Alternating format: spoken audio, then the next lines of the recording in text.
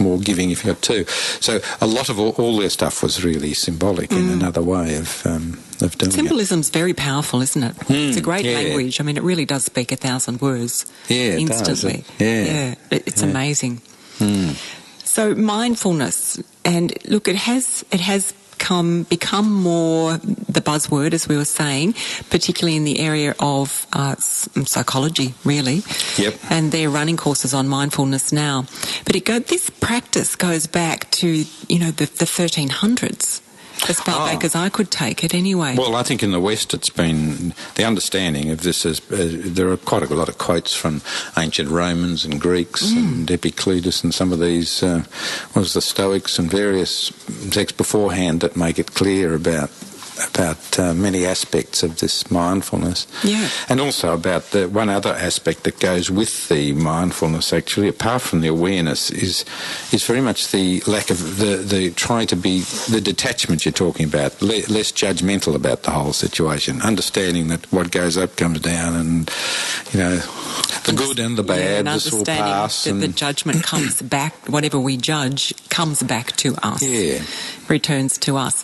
So those type of things, when we're more aware of what's going on in the mind, we can then really start to choose what we put into the mind. Exactly.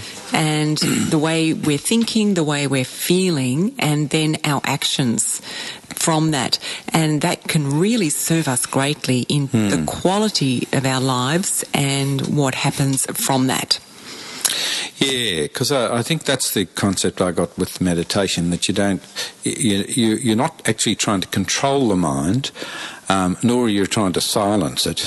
That's impossible. You can't do it, any of those things. And it's not about fighting the thoughts. It's about observing them, allowing them to go through, but choosing whether you follow them or not. I think that was the concept I got of it. Yes, it's just allowing them. It's witnessing. Yeah, witnessing. Witnessing them.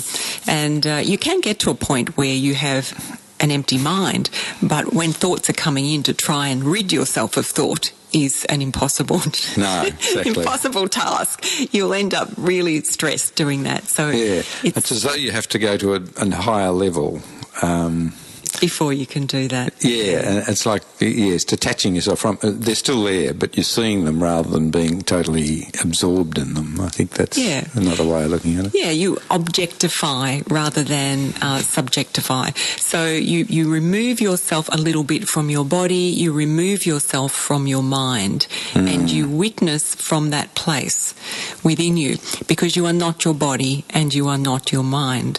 So it's this other part of you that is witnessing your mind, and mind meaning the thoughts you are having and the emotions that you are having, and you separate yourself from your body a bit as well, and you observe. So it gives you some distance or some space between, and it's when you have that space that you're able to be much more present and to stay there and just witness and allow. Yeah, and that's where some certain insights can arise too, can't they, in terms of doing it? Definitely. I think that's what Einstein used to say, you can't solve a problem at the same level as the problem. No, you and it's just need to absolutely true. Get beyond that a bit. Yeah, very clever comment, because it's so true. We can't. We have to separate from it or rise above it. And the way to do that is to become more mindful. Yes, yes. One of the things that I like in my clinic is when people leave in a mindless state. They're not allowed to go until they're mindless after their breathwork sessions, because they have an empty mind. They leave empty-minded. You know, what's in your mind? Nothing.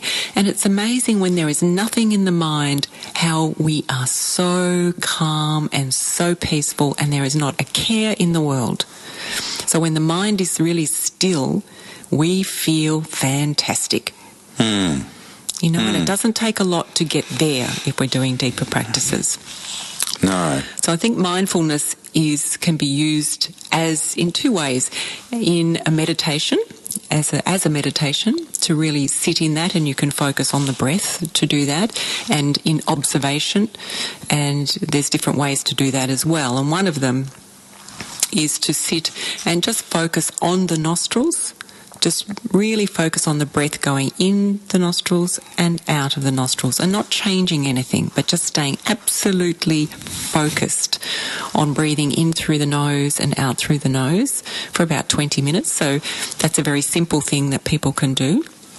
The other way mindfulness is used is in the moment-to-moment daily life, where you just become aware.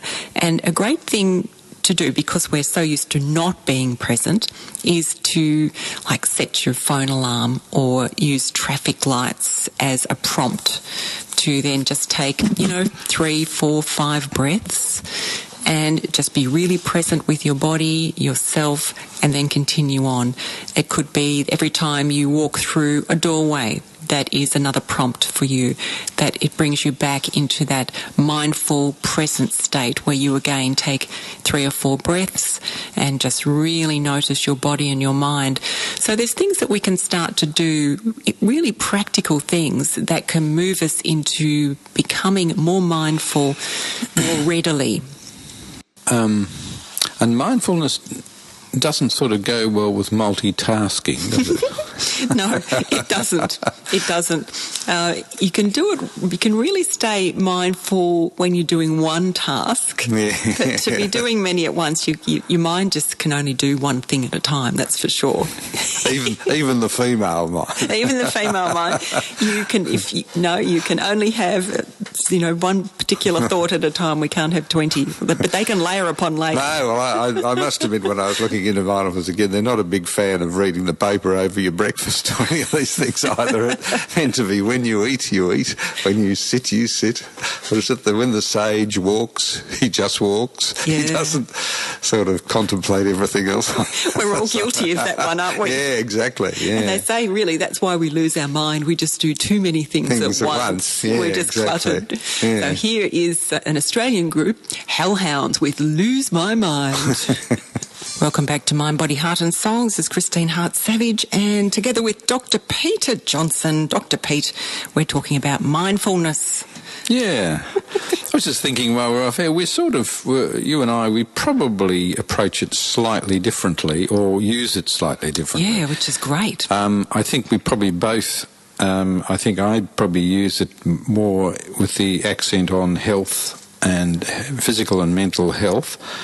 You're very much more towards personal development, not that health doesn't come into it, but more in the personal development, and we're probably both into the spiritual development side. So, and mindfulness has a place in all of those things. Absolutely. But talking about health, my belief, and from all of the studying that I've done in spiritual books, really, and spiritual masters, that in harmony and imbalance and unresolved issues create the problems with health.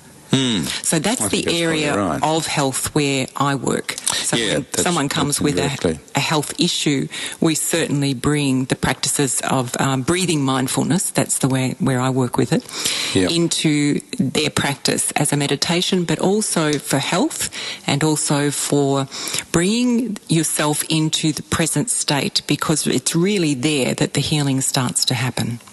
Yeah, I think that's right too. And sometimes we use the word pre-health because medicine tends to deal with disease states, but often we're talking about this more often situations that lead to ill health, and it doesn't have to be specifically. And yet, if we take anxiety, I mean, we do have conditions called anxiety, neurosis, panic disorder.